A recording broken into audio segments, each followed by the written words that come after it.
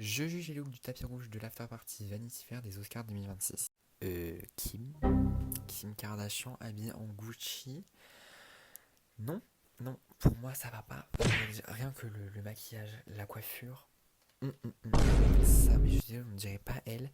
Et en fait, c'est un peu retour en 2016 avec robe moulante et tout, machin, pour exposer son corps. Non, pour moi, ça passe pas du tout.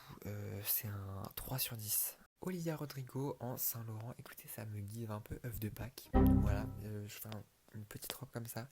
Je suis pas hyper fan de la couleur, ça se fond un peu trop avec l'arrière-plan.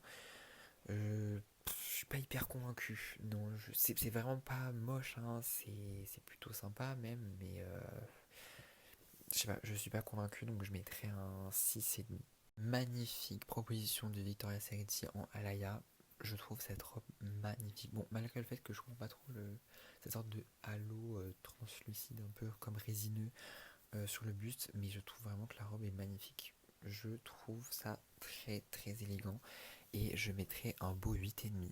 Kylie Jenner et Timothée Chalamet. Mais Timothée, excusez-moi, est-ce qu'il est arraché ou bien vraiment, je trouve. Enfin, j'ai déjà, encore full blanc, j'aime pas. Euh, J'aime pas la tenue. Voilà. Mais là en plus, enfin, je sais pas, on dirait vraiment qu'il est un petit peu torché. Bon, il fait baisser la note du couple, mais heureusement que Kylie est là pour éviter de faire couler le navire.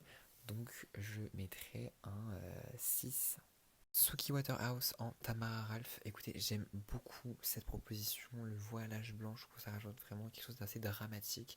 Et cette jupe en satiné un peu, et ce détail en haut sur le buste, j'aime beaucoup. Et je mettrai un beau 8,5 sur 10. Demi Moore en Balenciaga, et j'aime beaucoup cette tenue. Les gants rajoutent vraiment quelque chose. Pareil, cette traîne comme ça en plume, je pense.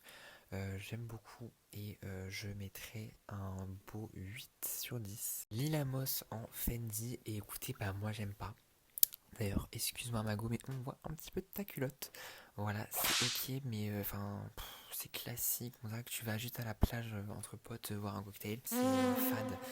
On s'ennuie un petit peu et je mettrai 5. Kylie Jenner, donc seule en Alexander McQueen, et j'aime cette proposition. Je trouve que ça lui va très bien. Je mettrai un 8 sur 10. Anya Taylor-Joy en Dior. Écoutez, peut-être qu'elle a oublié son pantalon. Non, je rigole évidemment. Une proposition que j'aime bien, mais voilà, il y a peut-être quelque chose qui manque. Malgré tout, c'est quand même plutôt élégant, assez chic. Je mettrai un 7,5.